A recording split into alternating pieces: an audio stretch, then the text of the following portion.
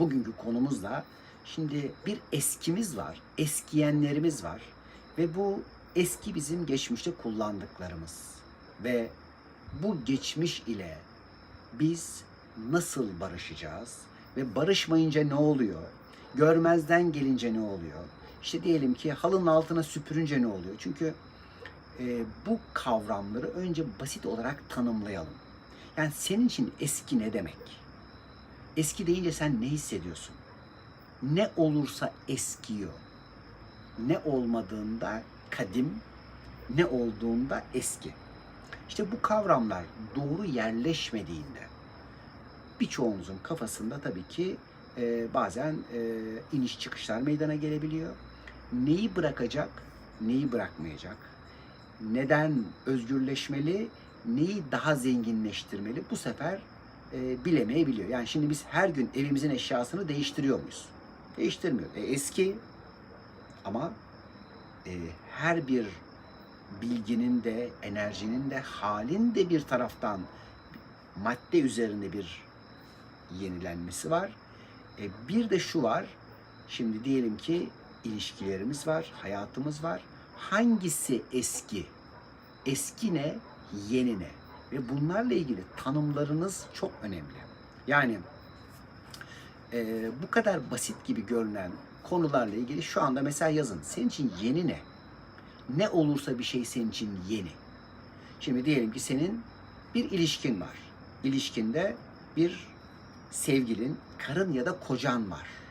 Şimdi şunu diyebilir misin? Bu benim eski kocam ya da bu benim eski karım diyebilir misin? Şimdi eğer bunu diyorsan bu başka bir tanım. Ama bu senin için yeni ise bu başka bir tanım. Şimdi burayı anladıysak, işte burayı anlayabiliyorsak, yani sen eski dediğin şeyde eskide kalmışsan aslında sen geçmişe demir atmış ve geçmişten gelemiyorsun.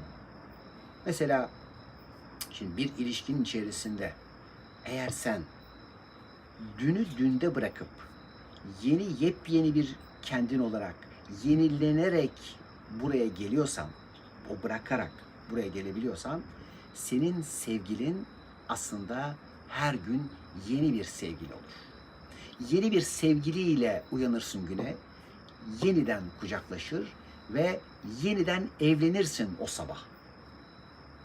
Ama sen eğer yeni bir güne başlamadıysan, yeni bir hal ve yeni bir an içerisinde o sevgiliyle buluşmuyorsan, karınla ya da kocanla yepyeni bir tatla, lezzetle, yeni bir buluşmanın tadı ve heyecanıyla sabah günaydın diyemiyorsan güne, günündekilere, bu sefer gün sana gününü gösteriyor. Hadi gel bakalım diyor. Şimdi eskiye.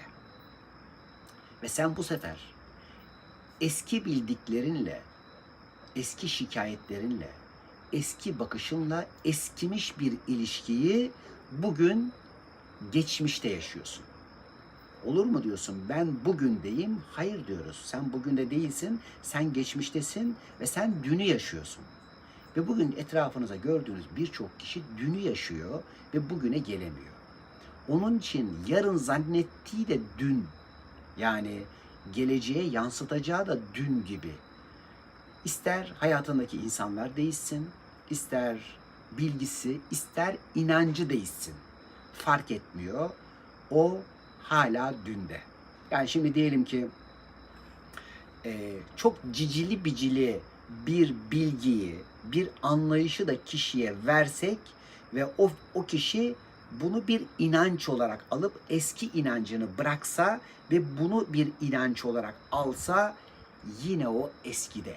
Ya olur mu? Bak o dünkü bildikleri işte A bilgisi, B inancı, şöyle bir fikir, böyle bir kalıptı. Bak bunu ne kadar yükselttik, bu kadar ileriye getirdik ama şimdi buna inanıyor. Kişi aslında yine dünde. Yani bunların hiçbir tanesi yeniye geliş değil. Hatta diyelim ki şu anda siz Ünal'ın anlattıklarını, aktardıklarını şu anda dinliyorsunuz ve bu dinlediğinizi alıp eskiden bildiğiniz bir realite ve bir anlayışa indirgemeye çalışıyorsunuz. Bak bu bilgim var ya, bu bilgime göre böyle diyorsunuz, yine eskide kaldınız. Oysa ki şimdi bak burada böyle bir bilgi var ve burada bir vatandaş, bir kişi bir realiteyi, bir algılayışı anlatıyor. Acaba ben bu algılayışın tesiri ve enerjisi neyse bununla birlikte hayata bu bilginin ışığından bir bakayım, bakalım tadı lezzeti ne dedik ve orada yepyeni bir farkındalık ve bir tada kendimizi açtık. İşte bu eskiden şu ana, yeniye yeniden bir bakış. Baktık tadına, ne kadar güzel, hoşumuza gitti. Evet, şimdi bu bilgiyi aldık, kabul ettik. Ve şimdi bundan sonrakileri bu bilginin kıyasıyla ben şimdi bu bilgiyi kabul ettik, anladık ya. Bundan sonra tek doğru budur. Ünal'ın anlattığıdır. Her bilgiyi buna göre değerlendireceğim diye kaldık. Gene eskide kaldık. Bakın. Peki ne yapacağız o zaman şimdi? Yani doğru ne? Hakikat ne? Hangimizin realitesine göre anlatacağız, anlayacağız. İşte hayatın akışı içerisinde nasıl ki her gece aslında biz uyuyoruz ve o uykuya dalarken aslında o günde ölüyoruz ve ölüp sabaha kadar yeni bir hayata hazırlanıp yepyeni bir enkarnasyona sabahleyin doğuyoruz. Bu bedene enkarne oluyoruz ve an be an da hayatın içerisinde bu doğum ve ölüm döngüsü devam eder. İşte siz zamandan özgürleşebildiğiniz ölçüde bu hızla beraber yeniye adapte olur ve yeninin içinde yenilenerek ilerleyebilirsiniz. Oysa ki dünyanın birçok yerinde ve özellikle de ülkemizin birçok yerinde şuna şahit oluruz. Kişinin bir bilgisi vardır, bir anlayışı vardır, hayata bir bakışı vardır. O öyledir ve hep öyledir. Ve öyle olmaktan da övünür. Oysa ki prensipli olmak çok iyi bir şeydir. Hayata belli prensiplerle bakabilmek çok iyi bir şey. Diğer taraftan da esneyebilerek açıları an be an genişletebilmek daha iyi bir şeydir. Diğeri zamanla sizi sabit fikirliliğe ve yobazlığa götürür. Bir tanesi esneyebildiğin için zaman içinde yenilikleri alabilerek yeniye adapte olup bu adaptasyon kabiliyetiyle de ilerleyen olma fırsatını verir ve yakalarsın. Şimdi günümüze kadar arkadaşlar milyarlarca tür, canlı türü yok oldu. Bu yok oluşlarının sebebinde adapte olamamak vardı. Yani ister dinozorlar diyelim, ister işte bir sürü mamutlar, ister bir sürü kuş çeşitleri, balık çeşitleri bilmem neler, bunların her bir tanesi adapte olabilen bir üst versiyona geçebildi. Şimdi biliyorsunuz küresel sistemin şu andaki neslimize taktığı bir isim var. Z kuşağı. Yani bir Z kuşağı var şu andaki işte çocuklar, gençler. Alfabenin son harfi. Ne demek yani? Bir evrim bitiyor, artık başka bir evrim başlıyor. Evet, bu doğru bir şey. Yani biz istediğimiz kadar diyelim ki yani işte bak alfabenin daha bu kadar şeyi vardı. Ne oldu da sona geldi? Çünkü bu nesil artık bu bedende yani bir sistemin sonu. Peki ne oluyor? Şimdi artık teknoloji geliyor. Transhumanizm başlıyor. Birçok şu anda kişi hafızalarını, bedenlerini, organlarını, organ bankalarından bir sürü yapay sistem ve yapay zekalarla evrimin başka bir boyutuna geçiyor. Yani Z'den sonra tekrar alfadan başlıyor. Şimdi böyle de bir hızlanma durumunda ve kuşağındayız. Şimdi diğer taraftan biz eğer eskiden ne alacağımızı bilmiyorsak, ne almamız gerektiğini bilmiyorsak, ne aldığımızı göremiyorsak işte birçok yeninin içerisinde bocalayacak ve yeniye adapte olamayacak durumda olacağız. Yani gökyüzünde birçok holografik sistemlerle, yapay zekanın birçok alanı ele geçirmesiyle, yani birçok kavramı tıkır tıkır göreceğiz. Biz istediğimiz kadar diyelim işte hani biz şöyle yaparız, böyle yaparız ama görüyorsunuz ki tıkır tıkır birçok iş sistemde işliyor. Bir taraftan evet bu sistemden, yani bu sürüden özgürleşebilmek çok önemli. Bir taraftan da sistemin gideceği yeri görerek öngörülerle doğru tedbirleri alabilmek önemli.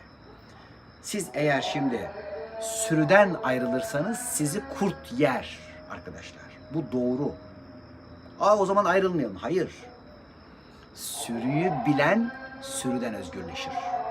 Şimdi burası işte çok ince bir yol ayrımı. Sürüde kalan, sürüyle beraber işte aynı o Fareli köyün kavalcısı gibi belli yerlere, alanlara gider. Oysa ki kulağını açan, geçmiş ve eskiyi görebilen ve eskinin ona ne verdiğini alabilenler ise bu sefer bambaşka yerlere, geleceğe yönelir. Peki şimdi biz bunun için ne yapalım? Nasıl bir yol izleyelim? Bir de yudum alalım.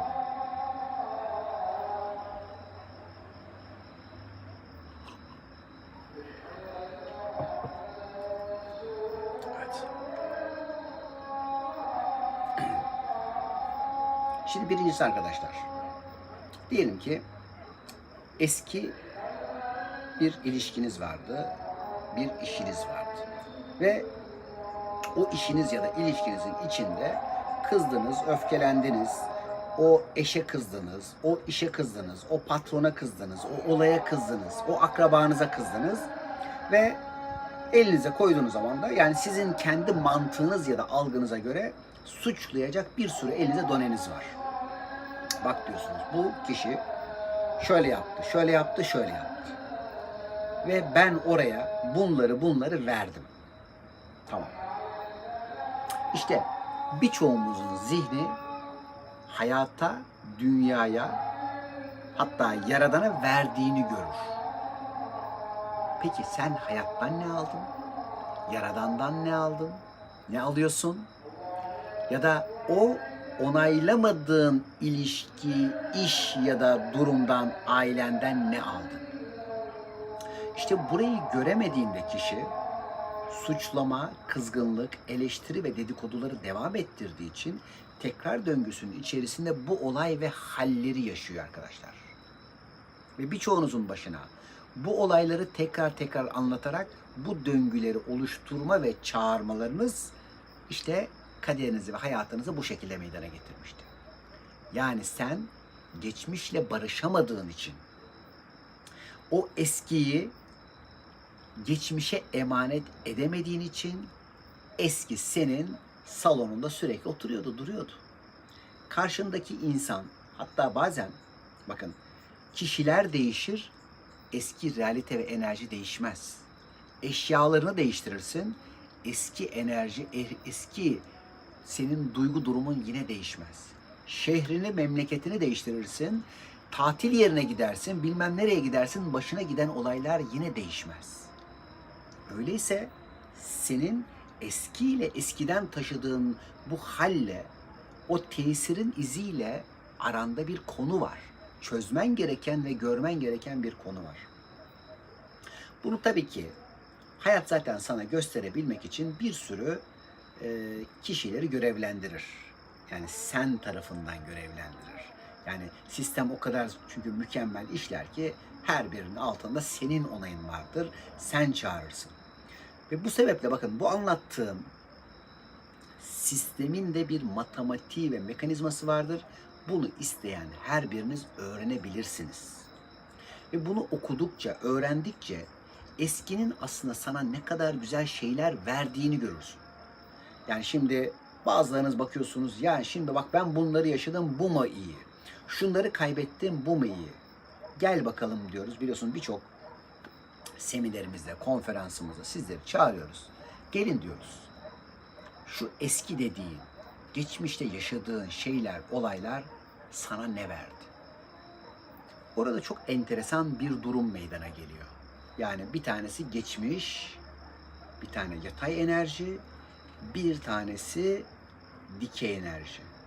Yukarıdan aldıkların, yaradandan, potansiyelinden aldıkların, ailenden, geçmişten aldıkların. İşte bu ikisi kesiştiği noktada o artının bir farkındalık açılıyor ve sen o farkındalığın içinde şimdi geçmişten aldıklarını ve potansiyelinden aldıklarını gördüğünde yepyeni bir geleceği yansıtabilecek yeni bir